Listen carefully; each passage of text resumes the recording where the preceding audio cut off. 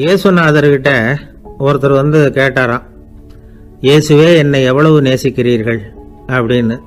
அவர் தன்னுடைய இரு கைகளையும் அகல விரித்து இவ்வளவு என்று சொல்லி சிலுவையில் உயிர் நீத்தார் அப்படின்னு சொல்லுவாங்க. அதாவது அந்த நேசிப்புக்கு எல்லை கிடையாது, அதே போல மன்னிப்புக்கும் எல்லை கிடையாது. இது இயேசுநாதர் சொல்லி கொடுத்த ஒரு பாடம். இயேசுனுடைய சீடர்களில் ஒருத்தன் பீட்டர், அவன் ஒரு நாள் இயேசுநாதர்கிட்ட கேட்டிருக்கான், இயேசுவே நான் வந்து என்னுடைய தம்பி கிட்ட அடிக்கடி சண்டை போட்டுக்கிட்டு இருக்கிறேன், என்னுடைய சகோதரன் கூட, அவனை நான் எத்தனை தடவை மன்னிக்கிறது? ஏற்கனவே 7 தடவை அவனை மன்னிச்சுட்டேன் அப்படின்னு சொல்லியிருக்கிறான். அப்போ இயேசு சொன்னாராம், மன்னிக்கிறதுக்கு எத்தனை தடவைங்கிற கணக்கெல்லாம் கிடையாது. எத்தனை தடவை உன்னுடைய சகோதரன் உன்னை கோபப்படுத்துகிறானோ அத்தனை தடவை நீ மன்னிக்கிறதுக்கும் தயாராக இருக்கணும், அதுதான் அப்படின்னு சொன்னாராம். அப்போ இவனுக்கு ஒன்றும் புரியல, இது என்ன அவன் தப்பு பண்ணிக்கிட்டே இருப்பான், நாம் மன்னிச்சுக்கிட்டே இருக்கிறதா அப்படிங்கிறது மாதிரி குழப்பமாக இருந்திருக்கிறான். அப்போ இயேசுநாதர் தன்னுடைய சீடன் பீட்டர்கிட்ட ஒரு கதை சொன்னாராம். அந்த கதை இன்றைக்கு நாம் வந்து எல்லாரும் சிந்தித்து பார்க்க வேண்டிய ஒரு கதை. அதாவது மன்னிப்பை விரும்புகிறவர்கள் மன்னிக்கவும் தயாராக இருக்க வேண்டும் அப்படிங்கிறது தான் அந்த கதையினுடைய தத்துவம். அந்த இயேசுநாதர் சொன்ன கதை என்னன்னா, ஒரு மன்னர் இருந்தார். அவர் ஒரு நாள் அரண்மனையில் உட்காந்து கணக்கு வழக்குகள்லாம் பார்த்துக்கிட்டு இருந்தார். நம்ம அரண்மனையிலேருந்து யார் யார் அரசாங்க கடன் வாங்கியிருக்கிறாங்க, யார் யார் திருப்பி செலுத்தியிருக்கிறாங்க அப்படிங்கிற விவரத்தையெல்லாம் பார்த்துக்கிட்டு இருந்தார். அப்போ தான் புரிஞ்சுது, அந்த அரண்மனையில் வேலை செய்கிற ஒருத்தனே அரசாங்க கடன் ஒரு வாங்கியிருக்கிறான். எவ்வளவு? 10,000 பொற்காசுகள் வாங்கியிருக்கான் கடன். இந்த 10,000 பொற்காசுகளை திருப்பி செலுத்தலை அரசாங்கத்துக்கு. இது மன்னர் கவனத்துக்கு வந்தது. உடனே நம்ம அரண்மனையில் இருக்கிறவனே அரசு கடன் வாங்கி திருப்பி செலுத்தாமல் இருக்கான், அவனை கூப்பிட்டு வாங்கன்னு சொல்லி கூப்பிட்டுட்டு வந்தாங்களாம். விசாரிச்சிருக்கிறாங்க, என்னப்பா நீ எவ்வளோ ஒன்று? ஆமாங்க 10,000 பொற்காசுகள் வாங்கியிருக்கிறேன், இன்னும் திருப்பி கட்டலைன்றிருக்கான். உடனே அவர் மன்னர் சொல்லியிருக்கிறார், நம்ம சட்டத்திட்டப்படி நீ உடனே பணத்தை திருப்பி கட்டிடு. அப்படி உன்னால் கட்ட முடியலன்னா உன்னுடைய வீடு வாசல் சொத்து சுகம் எல்லாத்தையும் விற்று அந்த பணத்தை அரசு கருவூலத்தில் சேர்த்துக்கிறதுக்கு நானே ஏற்பாடு பண்ணிடுறேன் அப்படின்னு அந்த மன்னர் சொன்னாராம். இவன் அப்படியே அதிர்ச்சி ஆகிட்டான், அப்படியே பொத்துன்னு காலில் விழுந்தானா, மன்னா என்னை மன்னிச்சுங்க, என்னால் முடியல, எனக்கு மன்னிப்பு கொடுங்க அப்படின்ட்டுருக்கான். உடனே அவர் எழுந்திரிச்சு, சரி நீ மன்னிப்பு கேட்டுவிட்ட, அதனால் உன்னை மன்னிக்கிறேன், நீ பணம் கட்ட வேண்டாம் அப்படின்னு சொல்லி அந்த மன்னர் அவனை விட்டுட்டாராம். பணத்தையும் தள்ளுபடி பண்ணிட்டார், நீ திருப்பி கட்ட வேண்டான்னு. இவனுக்கு ரொம்ப மகிழ்ச்சி, அதனால் ரொம்ப உல்லாசமாக வந்துகிட்டு இருக்கிறான். தெருவில் வந்துக்கிட்டு இருக்கிறப்ப இவங்கிட்ட கடன் வாங்கின ஒருத்தன் எதுக்கு வந்துக்கிட்டு இருக்கான். அவன் இவங்கிட்ட ஒரு 100 பொற்காசுகள் கடன் வாங்கியிருக்கான். அவன் வந்தான், இவன் போய் அவன் சாட்டையாக பிடிச்சிக்கிட்டான், நீ எப்படா என் கடனை திருப்பி கொடுக்க போகிறேன்னு. அவன் இப்போ முடியல, கொஞ்சம் பொறுத்துக்கா, அப்புறம் தரேன் இருக்கான். அதெல்லாம் முடியாது, நீ கொடுத்து தான் ஆகணும் அப்படின்னு இவன் புடிவமாக சொல்கிறான். இப்போ நிலைமையை பாருங்கள், இவன் ஏற்கனவே இவன் 10,000 பொற்காசுகள் அரசாங்கத்தில் கடன் வாங்கினா அதுக்கு மன்னிச்சு விட்டுட்டார் இவனை. ஆனால் இவன் இன்னொருத்தனை மன்னிக்கிறதுக்கு தயாராக இல்லை. இவங்கிட்ட கடன் வாங்கின இன்னொருத்தன் 10 பொற்காசுகள், அவனை மன்னிக்க தயாராக இல்லை. அவனை கொண்டு போய் நீதிமன்றத்தில் கொண்டு போய் நிறுத்தி தண்டனை வாங்கி கொடுத்துட்டான். நீதிபதி என்ன சொன்னார், அந்த இவன் வாங்கின பொற்காசுகளை திருப்பி கட்டுற வரைக்கும் ஜெயிலில் இருக்கணுங்கிறது தீர்ப்பு. ஆனால் உடனே அரசர் காதில் வந்து விழுந்தது. சொல்லிட்டாங்க, உங்ககிட்ட மன்னிப்பு வாங்கிட்டு போனானே ஒருத்தன், அவன் வந்து இன்னொருத்தனை மன்னிக்கிறதுக்கு தயாராக இல்லை, அவனை கொண்டு போய் ஜெயிலில் அடைச்சிட்டான் அப்படின்னு. உடனே மன்னர் பார்த்தார், இவனை மறுபடியும் கூப்பிட்டு வர சொன்னார். தபாரப்பா, நான் வந்து உன்னை மன்னிச்சு விட்டேன், ஆனால் நீ இன்னொருத்தனை மன்னிக்கிறதுக்கு தயாராக இல்லை, அதனால் என்னுடைய தீர்ப்பையும் மாத்துறேன், நீயும் அரசு கடன் தீர்ற வரைக்கும் ஜெயிலில் தான் இருக்கணும் அப்படின்னு சொல்லி ஜெயிலுக்கு அனுப்பிச்சிட்டாராம். இப்படி ஒரு கதையை இயேசுநாதர் தன்னுடைய சீடருக்கு சொன்னதாக ஒரு வரலாறு. அது என்ன, அதிலேருந்து நாம் புரிந்து கொள்ள வேண்டியதுன்னா, நாம் வந்து மன்னிக்கப்படணும்னு நாம் விரும்புகிறோம்னா நாம் இன்னொருத்தரை மன்னிக்கிறதுக்கு தயாராக இருக்கணும். அதனால் நாம் வந்து இன்னொருத்தரை யாரையும் மன்னிக்க மாட்டோம், ஆனால் என்ன இன்னொருத்தர் மன்னிக்கணும் அப்படிங்கிறது மாதிரி செய்யக்கூடாதுன்னு சொல்லுவாங்க. அது மாதிரி நாம் வந்து இப்போ இது தப்பாக புரிஞ்சுக்கிறவங்களும் இருக்கிறாங்க. பாவம் மன்னிப்புங்கிறதுலாம் எதுக்குன்னா, அதாவது மறுபடியும் பாவம் செய்யாமல் இருக்கிறதுக்காக தான். அதான் மன்னிக்கிறாரே அப்படிங்கிறதுக்காக மறுபடியும் பாவம் பண்ணிகிட்டு இருக்கிறது இல்லை. அதான் ஒருத்தர் கேட்டாராம், பாவத்திலேருந்து மன்னிப்பு கிடைக்கணும்னா நீ என்ன செய்யணும் அப்படின்னு கேட்டிருக்கார். அதுக்கு அவன் சொல்லியிருக்கிறான், நான் முதல்ல பாவம் செய்யணும், அப்போ தானே மன்னிப்பு கிடைக்கும் அப்படின்னு நானாம். இப்படிப்பட்டவர்கள் தான் இன்றைக்கி உலகத்தில் அதிகமாக இருக்கிறாங்க. அதனால் இந்த மன்னிப்பின் மகத்துவங்கிறது இயேசுநாதர்கிட்டேருந்து தான் நாம் புரிஞ்சுக்கணும். அந்த இயேசு சொன்ன அந்த மன்னிக்கிற மனோபாவம் இருந்தால் இன்றைக்கி உலகம் பூராவும் அமைதி பூங்காவாக இருக்கும். அதில் ஒன்றும் ஆச்சரியமே இல்லை. அதில் ஒன்றும் சந்தேகமும் இல்லை. அதனால் மன்னிக்கிற மனோபாவத்தை நாம் எல்லாரும் நமக்குள்ளே வளர்த்து கொள்ள வேண்டும் அப்படிங்கிறது தான் நாம் இன்றைக்கு எல்லோரும் சிந்தித்து பார்க்க வேண்டிய ஒரு செய்தி. ஒரு நண்பர் இருக்கார், எப்போ பார்த்தாலும் கையில் ஒரு புத்தகம் இருக்கும். புத்தகம் இல்லாமல் எங்கேயும் புறப்பட மாட்டார். எதுக்காக இப்படி எடுத்துகிட்டு போகிறீங்க அப்படின்னு கேட்டால், எனக்கு இது ஒரு நல்ல நண்பன் மாதிரி, இந்த காலத்தில் எங்கே போனாலும் காத்திருக்க வேண்டியிருக்கு, அது மாதிரி சமயத்தில் நான் நண்பன் கூட பேசிக்கிட்டு இருப்பேன் அப்படிம்பாரான். ஒருத்தர் ஒரு பெரிய அரச பதவியில் இருந்தார். அவர் பதவியிலேருந்து இறங்க வேண்டிய சூழ்நிலை. அரசு கொடுத்துருந்த வீட்டை விட்டுட்டு வெளியில் வர்றார். வரும்பொழுது 2 கையிலையும் 2 பெட்டியை எடுத்துகிட்டு வந்தாராம். சார், உங்களுடைய உடைமைகள் அப்படின்னு கேட்குறாங்க அங்கே இருந்த ஊழியர்கள். இவர் தன்னுடைய கையில் இருக்கிற பெட்டியை காட்டி, இதுதான் என்னுடைய சொத்து அப்படின்னாராம். ஒரு பெட்டியில் அவருடைய உடைகள், இன்னொரு பெட்டியில் அவர் விரும்பி படிக்கிற புத்தகங்கள். அவ்வளோதான், இதுதான் இருந்துதான். புத்தகம் படிக்கிறது மனசுக்கு நல்லதுங்கிறது நமக்கு தெரியும். புத்தக வாசிப்பு உடம்புக்கும் நல்லதுங்கிறாங்க. அது நமக்கு ஆச்சரியமாக தான் இருக்குது. ஒரு நபர் ஒரு வருஷத்தில் சராசரியாக 2000 பக்கங்களை படிச்சிருக்கணுமா, யுனெஸ்கோ பரிந்துரை. ஆனால் நம்ம நாட்டில் நாம் சராசரியாக படிக்கிறது 32 பக்கங்கள். அவ்வளவுதான். இவ்வளவுக்கு நம்ம நாட்டில் 6000க்கும் மேற்பட்ட நாளேடுகள், 2000க்கும் மேற்பட்ட இதழ்கள், மலர்கள், இவ்வளவு இருந்தும் சரியாக வரல. இந்த உலகத்தில் முதல் நூலகம் எங்கே எப்போ ஆரம்பமாச்சு தெரியுமா? கிமு 2500ஆம் ஆண்டில் அது ஆரம்பமாயிருக்குது. பாபிலோனியாவில் அமில் அணு அப்படிங்கிற அரசன் தான் நூலகத்தை உருவாக்கி இருக்கிறான். அப்போல்லாம் தாள் கிடையாது, களிமண் தான். களிமண் பலகைகளில் எழுதி அது தொகுத்து அப்படியே நூலாக்கி அதை நூலகத்தில் வச்சுருப்பாங்களாம். அரசருடைய நூலகத்தில் 1000க்கும் மேற்பட்ட நூல்கள் இருந்ததாக வரலாற்று குறிப்பு இருக்குது. அது மட்டும் இல்லை, அந்த நூலகத்தில் பொருள் வாரியாக, அதாவது சப்ஜெக்ட் வாரியாக புத்தகங்களை வகைப்படுத்தி வச்சுருந்தாங்களாம். அதில் மிச்சம் இருந்த ஒரு 25 களிமண் பலகை புத்தகங்கள் இன்றைக்கும் பிரிட்டிஷ் அருங்காட்சியகத்தில் இருக்குதான். அச்சு தாள் இதெல்லாம் ஏற்பட்டதுக்கு அப்புறம் அமைக்கப்பட்டது தான் பிரான்சில் இருக்கக்கூடிய பாரிஸ் நூலகம். 1480 பிரெஞ்சு மன்னர் 11ஆம் லூயி இந்த நூலகத்தை அமைச்சாராம். ஆனால் அப்போல்லாம் அரசர்கள் மட்டும்தான் நூலகத்தை பயன்படுத்த முடியுமா. அதுக்கப்புறம் 17ஆம் நூற்றாண்டில் இந்த முறை மாறி பொதுமக்கள் அங்கே போகலாம், படிக்கலாம் அப்படிங்கிற நிலைமை வந்துதான். போட்லியன் நூலகம் அப்படின்னு அதுக்கு பேர், பாரிஸ் நகரத்தில் இருக்குது. அங்கே தான் நூல்களின் பட்டியல் தயாரிப்பு பணி ஆரம்பமாச்சு. கல்வி வளர்ச்சியையும் நூலகத்தையும் இணைச்சவர் நெப்போலியன் போனபார்ட். முன்பணம் செலுத்தி புத்தகத்தை படிக்கிற முறையையும் அவர் தான் கொண்டுட்டு வந்தாராம். மக்கள்கிட்ட வசூலிக்கிற வரியின் ஒரு பகுதியை நூலகத்துக்கு பயன்படுத்தினவரும் அவர் தானா. நெப்போலியன் நூலகத்தில் உலகத்தில் உள்ள எல்லா மொழி நூல்களும் இருக்குதான். அங்கே ஒரு தமிழ் நூலும் இருந்திருக்குது. அது என்னென்னா கம்பராமாயணம். சோவியத் யூனியனுக்கு படையெடுத்து போனப்போ அங்கேருந்து லட்சக்கணக்கான புத்தகங்களை இந்த பனிச்சறுக்கு வாகனங்கள் இருக்குல்ல, அதில் கொண்டுகிட்டு வந்ததாக வரலாறு. அடுத்தபடியாக குறிப்பிட்டு சொல்லத்தக்க நூலகம் எதுன்னா பிரிட்டிஷ் நூலகம். மிக பழைய கையெட்டு பிரதியெல்லாம் கூட அங்கே இருக்குது. 1753 ஆரம்பமாச்சு. அதில் உள்ள நூல்களை வரிசையாக அடுக்கினா 180 கிலோமீட்டர் நீளத்துக்கு வருமா. மிகப்பெரிய நூலகம் அமெரிக்க தலைநகர் வாஷிங்டனில் இருக்குதான்.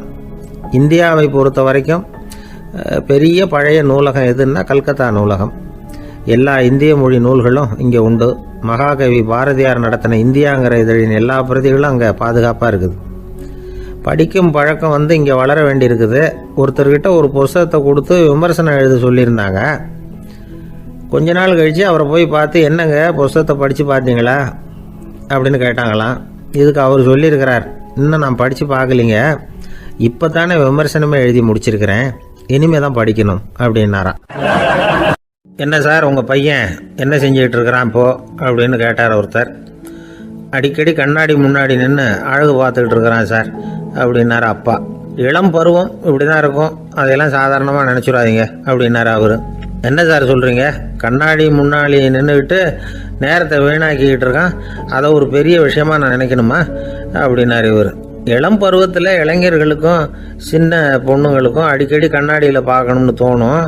அது வெறுமனே அழகு பார்க்கறது மட்டும் இல்லை, அவங்க தங்களையே தேடி கண்டுபிடிக்கிற ஒரு முயற்சி அது. இது ஒரு மனோதத்துவ விளைவு. இது வரைக்கும் சின்ன பிள்ளையா இருந்துட்டோம், இனிமேல் நாமளும் மற்றவங்க மாதிரி மனிதர்கள் தான் அப்படிங்கிற உணர்வு அவங்களுக்கு வருது. தங்களோட முகம் எப்படி இருக்குது, அழகு எப்படி இருக்குது, உடம்பு நேரம் எப்படி இருக்குது, முடி எப்படி இருக்குது அப்படிங்கிறதையெல்லாம் கண்டுபிடிக்கிறாங்க. அதுக்கப்புறம் இன்னொரு ஆணோ பொண்ணோ தன்னை கவனிக்கணும் அப்படின்னு நினைக்கிறாங்க. இதெல்லாம் மனோதத்துவ உண்மைகள், இதெல்லாம் இயற்கை. இதை பார்த்துட்டு பெற்றவங்க பிள்ளைங்க கெட்டு போட்டாங்க அப்படின்னு நினைக்கக்கூடாது, அவங்கள திட்டிக்கிட்டே இருக்கக்கூடாது. இன்றைக்கி பல குடும்பங்களில் இதுதான் நடந்துக்கிட்டு இருக்குது. மனுஷ வாழ்க்கையிலேயே இப்படியும் இல்லாத அப்படியும் இல்லாத ஒரு பருவம் இளம் பருவம். 13லேருந்து 19 வயசுக்கு உட்பட்ட ஆண்கள் பெண்கள் இந்த வகையை சேர்ந்தவங்க, டீனேஜ் குரூப். இவங்கள சின்னவங்கன்னு நினச்சிட முடியாது, பெரியவங்கன்னு நினச்சிட முடியாது. இவங்க ரொம்ப சென்சிட்டிவ். சமூகம் நினச்சா இவங்களை நல்லவங்களாகவும் ஆக்கலாம், கெட்டவங்களாகவும் ஆக்கலாம். கொஞ்சம் அக்கறை எடுத்துக்கிட்டால் பெரிய பெரிய மேதைகளையும் விஞ்ஞானிகளையும் உருவாக்கலாம். ஆனால் நடக்கிறது என்ன தெரியுமா? அநேகமாக இவங்களை யாருமே சரியாக புரிஞ்சுக்கிறது இல்லை, இவங்களை சரியாக நடத்துறதும் இல்லை. இது வரைக்கும் நாம் சொல்கிறத கேட்டுக்கிட்டு இருந்தான், இப்போல்லாம் அவன் இஷ்டத்துக்கு நடக்க ஆரம்பிச்சுட்டான் அப்படின்னு வருத்தப்படுற பெற்றோர்கள் அதிகம். இது வருத்தப்படுற விஷயம் இல்லை, சந்தோஷப்பட வேண்டிய விஷயம். உங்கள் புள்ள சொந்தமாக யோசிக்க ஆரம்பிக்கிறதும் நடந்துக்க ஆரம்பிக்கிறதும் ஒரு தப்பான விஷயமா? அவன் கடைசி வரைக்கும் உங்கள் பேச்சையே கேட்டுக்கிட்டு இருக்கணுங்கிறது என்ன நியாயம்? இன்றைக்கி இளைஞர்களை பெரியவங்க தப்பாக புரிஞ்சுக்கிட்டு தவறாக நடத்துறதுனால தான் அவங்களுக்கு வெறுப்பு, எரிச்சல், மனக்கசப்பு எல்லாம் உண்டாகுது. பெற்றவங்க சரியாக மதிக்கிறது இல்லை அப்படிங்கிற ஒரே காரணத்தினாலேயே வீணாக போகிற பிள்ளைங்க இன்றைக்கி அதிகம். சரி, பெற்றவங்களுக்கு இன்றைக்கி என்ன தான் புத்தி சொல்ல வர்றீங்க அப்படின்னு கேட்குறீங்களா? நாம் எதையும் சொல்ல வரல, ஆனால் அது சம்பந்தமான சில நிபுணர்கள் சொல்லியிருக்கிறத உங்கள் காதில் போட்டு வைக்கலாம். அது என்னென்னா, பிள்ளைங்க கிட்ட அன்பு செலுத்துங்க. குழந்தையாக இருந்தப்போ எவ்வளவு பாசமாக இருந்தீங்க, வளர வளர அதை ஏன் குறைச்சிக்கிறீங்க? பெற்றவங்களின் அன்பான வார்த்தைகளுக்கு ஏங்குறவங்க தான் இன்றைய இளைஞர்கள். அவங்க எதை சொன்னாலும் அதை அக்கறையாக காது கொடுத்து கேளுங்க, அலட்சியப்படுத்தாதீங்க. அவங்க விரும்புகிறது உங்ககிட்டேருந்து ஒரு மதிப்பு, மரியாதை, அங்கீகாரம், இவ்வளவுதான். அவங்க அவங்களாவே முடிவுகள் எடுக்கட்டும், அதுக்கு நீங்கள் உதவியாக இருங்க, அது போதும்.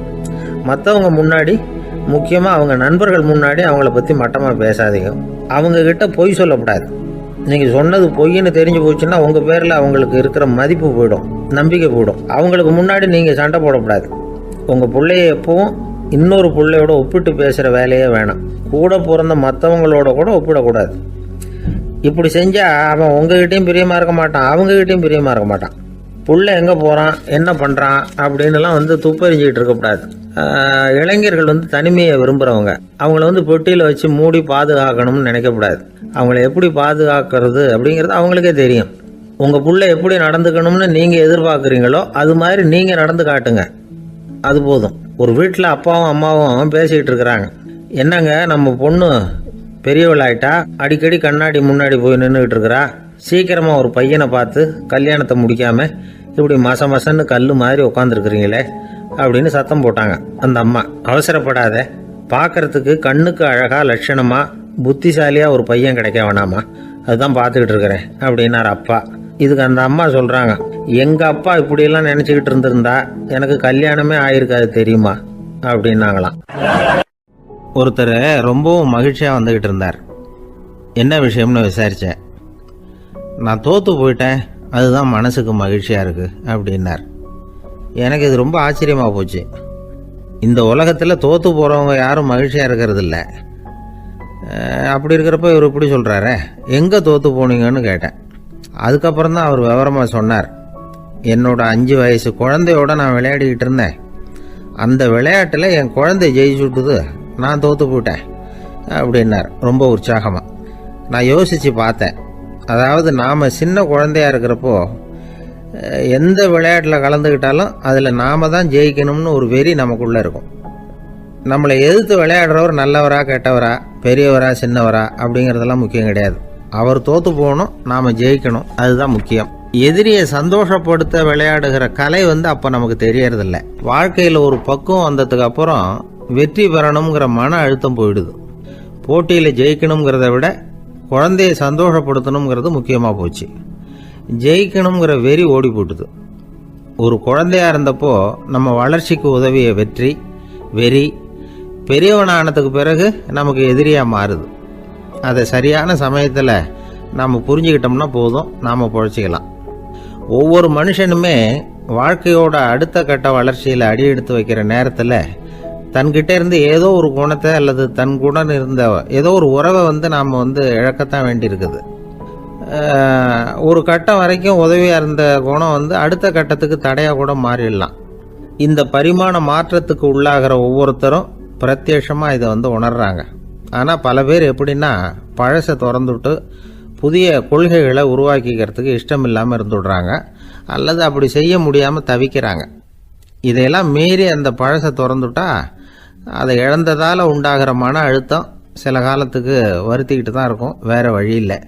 ஆரோக்கியமான ஒரு முன்னேற்றத்துக்காக அந்த மன அழுத்தத்தை தாங்கிக்கத்தான் வேணும் அப்படிங்கிறாரு அந்த உலக புகழ்பெற்ற மேதை ஒருத்தர், இந்த ஸ்காட் பெக் அப்படிங்கிறவர். பிறந்த நாள் முதல் இதுதான் சரி அப்படின்னு கற்பிக்கப்பட்டு வந்த ஒவ்வொரு தத்துவத்தையும் தங்களுடைய வளர்ச்சிக்கு தகுந்த மாதிரி மாற்றி அர்த்தப்படுத்தி கொள்ள முடியாமல் வாழ்க்கை சூழல்ல அப்படியே அரைப்பட்டு தூளாகிறவர்கள் தான் ரொம்ப தவிக்கிறாங்களாம். இதுதான் அவருடைய கருத்து. பெரும்பாலும் மனிதர்களுடைய நடுத்தர வயசில், அதாவது 30 தாண்டுகிற சமயத்தில் தான் இந்த தவிப்பு உண்டாகுதான். இதை தான் மேற்கத்திய நாடுகளில் அடிக்கடி மிட் லைஃப் கிரைசிஸ் அப்படின்னு சொல்கிறாங்க. அப்பப்போ பழசையெல்லாம் தொலைச்சி விட்டு புதுசாக பிறக்கிறதுக்கு கற்றுக்கணும். ஒவ்வொரு நிமிஷத்தையும் அந்த நிமிஷத்துக்கு ஏற்ற சித்தாந்தம் கொண்டவர்களாக சந்திப்போம் அப்படிங்கிறார் அந்த உளவியல் நிபுணர். இப்படி பழகிக்கிட்டால் வாழ்க்கை வந்து இன்பமயம், இல்லைன்னா தவிப்பு மயம்தான். பழசை தொலைக்க முடியாதவர்களில் எத்தனையோ பேர் உண்டு, எத்தனையோ ரகம் உண்டு. அதில் வேடிக்கையான நண்பர்களும் உண்டு. ஒருத்தர் நண்பர் வீட்டுக்கு போனார். அவர் வந்து ஏதோ இனிப்பு பலகாரம் கொடுத்து சாப்பிட சொல்லியிருக்கிறாங்க அவங்க வீட்டில். இவர் சாப்பிட்டு பார்த்துட்டு சொன்னாராம், சார் 6 மாதத்துக்கு முன்னாடி ஒரு தடவை இங்கே வந்தேன், அப்போது ஒரு இனிப்பு பலகாரம் கொடுத்தீங்க, அது இதை விட நல்லா இருந்தது சார் அப்படின்னாராம். அப்போ செஞ்ச அதே இனிப்பு பலகாரம் தான் சார் இதுவும் அப்படின்னாராம் அவர். ஒரு வயசான அம்மா தெரு வழியாக போயிட்டு இருந்தாங்க. அவங்க கையில் எண்ணத்தையோ வச்சுக்கிட்டு அதை அடிக்கடி பார்த்துக்கிட்டே இருந்தாங்க. ஒருத்தன் மெதுவாக அவங்கக்கிட்ட போய் கையில் இருக்கிறது என்ன அப்படின்னு எட்டி பார்த்தா அவங்க கையில் 4 பல் இருந்துதான். இவன் ஆச்சரியமாக அந்த அம்மாவை பார்த்தான். ஏம்மா உனக்கு என்ன பைத்தியமா, ஏது இந்த பல், இதை என்னத்துக்காக கையில் வச்சுக்கிட்டு அலைஞ்சிக்கிட்டு இருக்கிற அப்படின்னு கேட்டிருக்கான். அதுக்கு அந்த அம்மா விவரம் சொல்ல ஆரம்பித்தாங்களாம். இதை பாருப்பா, எனக்கு ஒரு மகன் இருந்தான், அவனை ரொம்ப செல்லமாக வளர்த்தேன். அவனை தரையிலேயே நடக்க விடுறதில்ல, எப்பவும் தூக்கி வச்சுக்கிட்டு இருப்பேன். அவன் நல்லா பெரியவனாகி பள்ளிக்கூடம் போகிறப்ப கூட அவன் புஸ்தக மூட்டையை நான் தான் சுமந்துக்கிட்டு போவேன். பார்க்குறவங்க கூட கேலி பண்ணுவாங்க, ஏம்மா படிக்க போகிறது நீயா உன் பிள்ளையான்னு கேட்பாங்க. அவன் இன்னைக்கு எவ்வளவோ பெரிய மனுஷன் ஆகிட்டான், வெளிநாட்டில் பெரிய உத்தியோகத்தில் இருக்கான். சமீபத்தில் இங்கே வந்துட்டு போனான். ஒரு நாள் ஏதோ கோபத்தில் என்ன அரைஞ்சுட்டான். அப்போ இந்த 4 பல்லும் கீழே விழுந்துட்டுது. இன்னமும் கூட விழுந்திருக்கும், ஆனால் பல்லு தான் இல்லை. என் புள்ள அரைஞ்சதுனால விழுந்த பல்லு இல்லையா அது, அதனால் இதை எப்பவும் என் கையிலேயே வச்சுக்கிட்டு ஆசையோடு பார்த்துக்கிட்டு இருக்கிறேன். அவன் தான் வெளிநாட்டுக்கு போட்டான், அவனை பார்க்க முடியாத ஏக்கத்தை நான் இந்த பல்லை பார்த்து போக்கிக்கிறேன் அப்படின்னு நாங்களாம் அந்த அம்மா. இந்த கதை எதுக்காகன்னா, தாய் அன்பு அப்படிங்கிறது எப்படிப்பட்டதுங்கிறத புரிஞ்சுக்கிறதுக்காக. கல்யாணம் ஆனதுக்கு அப்புறம் தாயை மறந்து விடுறவங்க எத்தனை பேர் இந்த உலகத்தில், அவங்க காதில் விழணுங்கிறதுக்காக தான் இந்த தகவல். ஆனால் ஒரு விஷயம் மட்டும் நல்லா புரிஞ்சுக்கணும், தாயை மதிக்க தெரிஞ்சவங்க தான் இன்றைக்கி வந்து வாழ்க்கையில் எல்லா விதத்துலேயும் முன்னுக்கு வந்திருக்கிறாங்க. வேணும்னா விசாரித்து பார்த்துக்குங்க. இன்னொரு அம்மா இருந்தாங்க. அவங்க தினமும் ஒரு கோயிலுக்கு வருவாங்க. சாமியை பார்த்து, கடவுளே நான் இறந்து போனால் நரகத்துக்கு போகணும் அப்படின்னு வேண்டிக்குவாங்களாம். எல்லாரும் சொர்க்கத்துக்கு போகணும்னு தானே கடவுள்கிட்ட வேண்டிக்குவாங்க. இந்த அம்மா தினம் வந்து நான் நரகத்துக்கு போகணும் அப்படின்னு வேண்டிக்கிறாங்க. அங்கேருந்து அர்ச்சகருக்கு இது சந்தேகம். ஒரு நாள் அதை நேரடியாகவே அவங்கக்கிட்ட கேட்டுவிட்டார். அதுக்கு அந்த அம்மா பதில் சொன்னாங்களாம், ஐயா எனக்கு கல்யாணம் ஆகி ரொம்ப நாள் வரைக்கும் குழந்தை பாக்கியம் இல்லாமல் இருந்தது. கோயில் குளம் எல்லாம் சுற்றி வந்தேன். ரொம்ப நாள் கழித்து ஒரு குழந்தை பிறந்தது, ஆண் குழந்தை. அவனை நான் ரொம்ப செல்லம் கொடுத்து வளர்த்தேன். அதோட விளைவு என்ன ஆச்சுன்னா, அவன் ரொம்ப மோசமாக ஆயிட்டான். கெட்ட பழக்க வழக்கம்லாம் கற்றுக்கிட்டான். அவன் இறந்து போனால் நிச்சயம் அவனுக்கு நரகம்தான் கிடைக்கும். அந்த அளவுக்கு கெட்டவன் அவன். அப்படிப்பட்ட காரியங்கள்லாம் பண்ணிகிட்ருக்கான், எனக்கு தெரியும். இவனுக்காக நரகத்தில் கூட யாரும் தயவு காட்ட மாட்டாங்க, தாட்சண்யம் காட்ட மாட்டாங்க. அதனால் இவனுக்கு முந்தி நான் இறந்து நரகத்துக்கு போயிட்டா அங்கே இவனை கவனிச்சிக்கலாமே, இவனுக்கு பணிவிடை செய்யலாமேன்னு பார்க்குறேன் அப்படின்னு நாங்களாம். அதனால தான் நான் நரகத்துக்கு போகணும்னு தினம் ஆண்டவனை வேண்டிகிட்டு இருக்கிறேன் அப்படின்னு கண்கலங்கி அந்த அம்மா சொன்னாங்களாம். அதுதான் தாய் உள்ளம்ங்கிறது. தாயின் பெருமையை வந்து சரியாக உணர்ந்துட்டா அவங்களுக்கு எப்பவும் எந்த கஷ்டமும் வராது. இது ஏதோ உபதேசத்துக்காக சொல்கிற வார்த்தை இல்லை, உண்மையான வார்த்தை. இந்த விவரத்தையெல்லாம் நண்பர் ஒருத்தர்கிட்ட சொல்லிக்கிட்டு இருந்தேன். அவர் கொஞ்ச நாள் கழித்து என்னை தேடி வந்தார். அவர் கையிலேயும் 4 பல்லு வச்சுருந்தார். என்னங்க ஆச்சு, ஏதுங்க அந்த பல்லு அப்படின்னு விசாரித்தோம். உங்கள் உபதேசத்தை கேட்டுவிட்டு இந்த உலகத்தில் எல்லாரையும் தாயாக நினைக்க ஆரம்பிச்சிட்டேன். ஒரு அம்மாவை கடத்தரில் பார்த்து தாயேன்னு கூப்பிட்டேன். அவங்க உடனே பலார்னு என்னை அரைஞ்சிட்டாங்க. பல்லு விழுந்துட்டுது.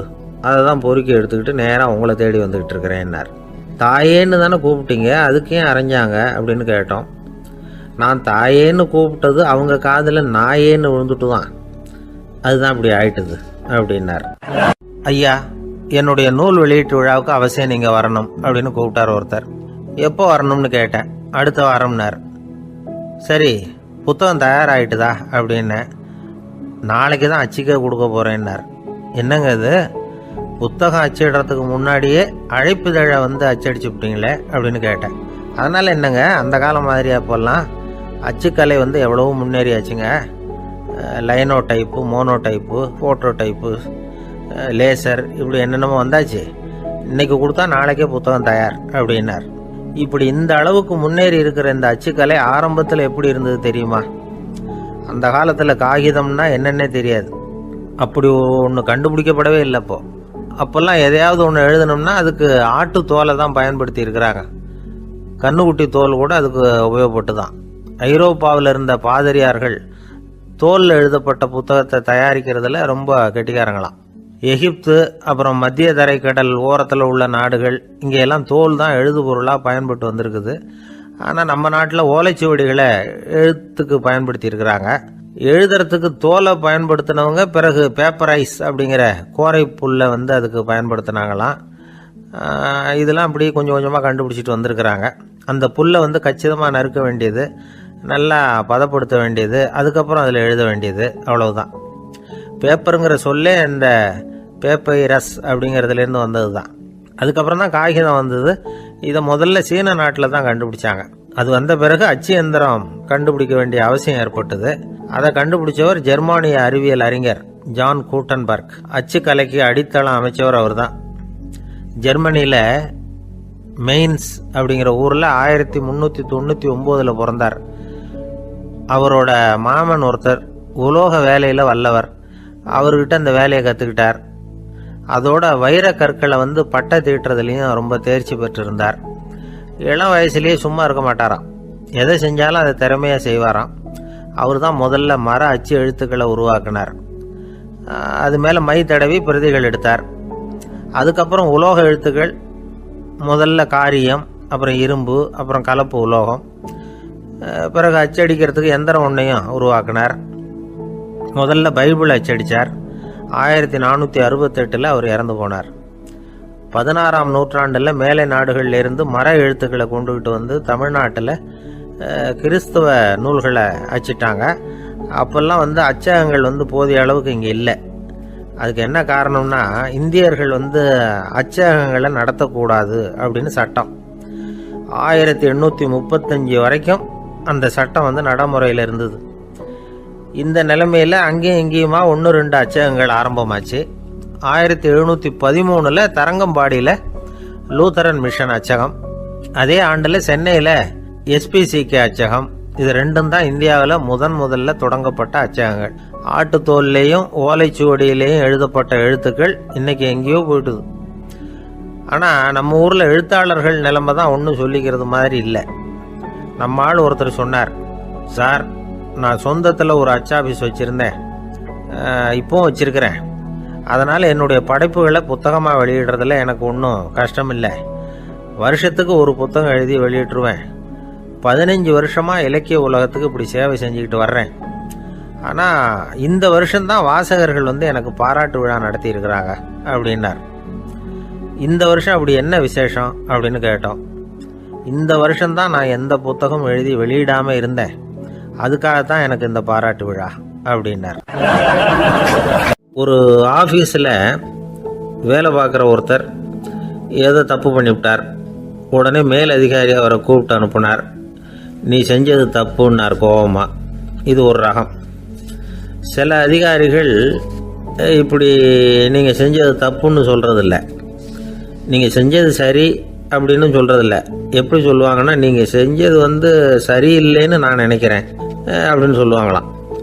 அதாவது சில பேர் வந்து நீங்கள் செஞ்சது தப்புங்கிறாங்க, அதையே மாற்றி சொல்கிறாரு இவர், நீங்கள் செஞ்சது சரியில்லைன்னு நினைக்கிறேன். இது ரெண்டும் வந்து அர்த்தம் ஒன்று தான், இருந்தாலும் வார்த்தைகள் வித்தியாசம்.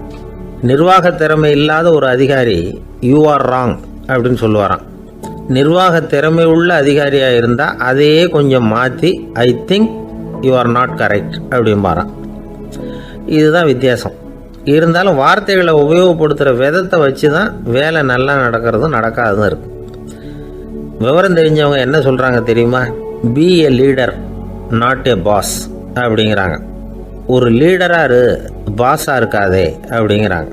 சரி, அப்படின்னா லீடருக்கும் பாஸுக்கும் வித்தியாசம் உண்டா அப்படின்னு கேட்டால் இருக்குன்னு சொல்கிறாங்க. லீடருங்கிறவர் வேறு, பாஸுங்கிறவர் வேறு. ஒரு லீடர் எப்படி நடந்துக்குவார், ஒரு பாஸ் எப்படி நடந்துக்குவார், இதை முதல்ல நாம் தெரிஞ்சுக்கணும். அவங்க எப்படி நடந்துக்குவாங்க அப்படிங்கிறதுக்கு சில விவரங்கள் இருக்குது. அதை கேட்டோம்னா நாம் புரிஞ்சுக்கலாம் அதை. அதாவது பாஸுங்கிறவர் விரட்டிக்கிட்டே இருப்பார், லீடருங்கிறவர் ஊக்கப்படுத்திக்கிட்டே இருப்பார். நாளைக்கு சாயந்தரத்துக்குள்ளே அந்த வேலையை செஞ்சு முடிக்கலைன்னா தொலைச்சி விடுவோம் தொலைச்சி அப்படிம்பார் அவர். இவர் எப்படி சொல்லுவார்னா, இது வரைக்கும் நீங்கள் செஞ்சுருக்கிற வேலை ரொம்ப அற்புதம் அப்படிம்பார். பாஸுங்கிறவர் அதிகாரத்தை நம்பி செயல்படுறவர், லீடருங்கிறவர் நல்லெண்ணத்தை நம்பி செயல்படுறவர். நம்மக்கிட்ட அதிகாரம் இருக்குது, பவர் இருக்குது, அதனால் காரியத்தை சாதிச்சுடலாம் அப்படின்னு நினைக்கிறவர் அவர்.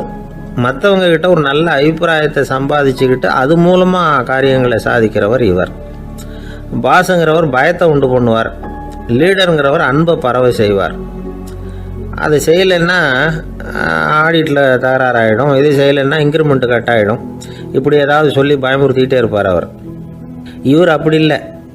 உடம்பு இப்படி இருக்குது, வீட்டில் எல்லோரும் சௌக்கியமாக இருக்கிறாங்களா, ஆஃபீஸில் எல்லாம் வசதியாக இருக்குதா, நான் ஏதாவது உதவி செய்யணுமா அப்படின்னு அன்புக்கு முக்கியத்துவம் கொடுப்பார். பாஸுங்கிறவர் எதுக்கு எடுத்தாலும் நான் சொல்லிகிட்டு இருப்பார், லீடருங்கிறவர் நாமன்னு சொல்லிகிட்டு இருப்பார். பாஸுங்கிறவர் தப்புக்கு காரணம் யாருன்னு பார்ப்பார், லீடருங்கிறவர் தப்பு என்னன்னு பார்ப்பார். இதுதான் ரெண்டு பேருக்கு வித்தியாசம்.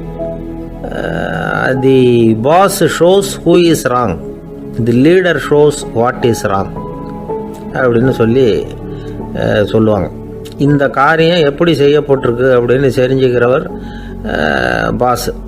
இந்த காரியத்தை எப்படி செய்யணும்னு செஞ்சு காட்டுறவர் லீடர். பாஸுங்கிறவர் பணியாளர்களை திட்டுவார், லீடர் வந்து மரியாதைக்குரியவராக நடத்துவார், அதுக்குரியவராக அவர் நடந்துக்குவார். செய்கிற வேலையை ஒரு சுமையாக நினைக்க வைக்கிறவர் பாஸ், செய்கிற வேலையை ஒரு சந்தோஷமாக ஆக்கிறவர் லீடர். ஒரு முதலாளியாக இருக்கிறவர் அல்லது ஒரு நிர்வாகியாக இருக்கிறவர் இது மாதிரியான நுணுக்கங்களையெல்லாம் தெரிஞ்சு வச்சுக்கிறது நல்லது. ஒரு பாஸ் இருக்கார், அவர் ஒரு நாள் ரொம்ப பெருமையாக தன்னோட ஆஃபீஸை பற்றி பேசிக்கிட்டு இருந்தார். எனக்கு கீழே 200 பேர் வேலை செய்கிறாங்க சார், நான் ஒரு கோடு கிழிச்சா அவங்க அதை தாண்டாத அளவுக்கு நான் நடந்துக்கிறேன் சார் அப்படின்னார் அவர். அது எப்படி முடியுது உங்களால் அப்படின்னு கேட்டோம். நான் கோடே கிழிக்கிறதில்ல சார் அப்படின்னார். ஊருக்கு வெளியில் அமைதியான ஒரு இடம், அங்கே ஒரு ஆசிரமம், அங்கே ஒரு சாமியார். அவர் தினமும் நல்ல போதனைகள்லாம் செய்வார். பல பேர் போய் அங்கேயே சில நாள் தங்கி இருந்து அவர் சொல்கிற அறிவுரைகளை எல்லாம் கேட்டுக்கிட்டு வர்றது வழக்கம். ஒரு தடவை அவரை பார்த்துட்டு போகிறதுக்காக 3 வெளியூர் தம்பதிகள் வந்தாங்களாம். அந்த மடத்திலேயே சாப்பிட்டுக்கிட்டு தங்கி இருந்து அவங்களுடைய போதனைகளை கேட்டுக்கிட்டு போகணுங்கிறது அவங்க நோக்கம். காலையில் குளிச்சுட்டு பூஜையில் உட்காந்தார் அந்த சுவாமி.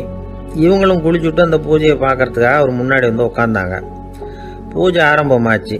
சம்பிரதாயப்படி அது ரொம்ப நேரம் நடந்துக்கிட்டே இருக்குது.